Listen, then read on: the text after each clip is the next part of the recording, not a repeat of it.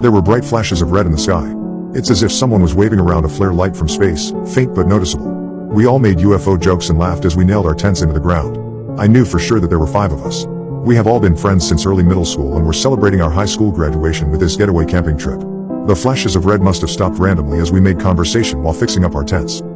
Dave managed to put his tent together the fastest and told us he was going to find some branches for the fire. I remember how he had worked with me at the local gas station last year. We used to do the night shift together and it had made working at a desolate gas station much more fun than it was supposed to be. There was also Eric in the corner still reading his tent manual, fidgeting with his signature round glasses. I wasn't as close with Eric as I was with the others, but I still remember sitting with him in math class and copying his homework one time. Ava was also there talking with Sally, my cousin. Both had decided to team up and work on one tent at a time. I also have clear memories of them, hanging around at school in our usual places.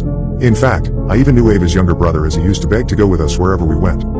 I bring all this up because I'm sure that there were 5 of us including me and that I knew everyone in the group. So Dave had went to get some branches as we pulled out some foldable chairs and set them up around the fire pit. I remember feeling uneasy as the sun set and darkness began to consume the forest. The shadows of trees elongated around us as the minutes ticked by.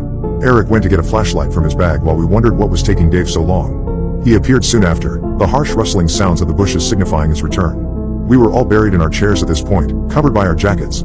The temperature had dropped quickly and a slight breeze was beginning to pick up. "Geez, you guys weren't even bothered to pull out a chair for me," Dave said as he arranged all the branches in the pit. We had set up 5 chairs around the fire. I tried to rationalize the situation, but no matter how hard I focused, my head felt like it was underwater. I had perfect clarity up until that moment, but when I tried to focus on why 5 chairs were occupied when Dave hadn't sat down yet, my head seemed to just stop working as if something was reaching in and pulling out my thoughts. Instinctually, I felt even more uneasy now and I had placed why. The whole forest had gone dead silent. I looked around at the faces of the others and could tell that they had felt the same.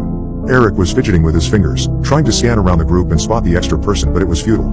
I scanned every face, each etched in worry and frowning in frustration except for "It's all right, I'll get the chair myself," Dave said, breaking the silence and somewhat alleviating the tension. I got up and offered to help him. He looked into my eyes and nodded knowingly. We headed away from the fire pit towards the tents, but I kept my eyes glued on our group. "How many people are here?" I whispered to Dave as he looked around and realized that we had indeed only packed 5 chairs. In fact, every person had brought with them their own chair. They were heavy to carry and we wouldn't bring any extra needlessly. "There's 5, right? I mean, there's 5 chairs."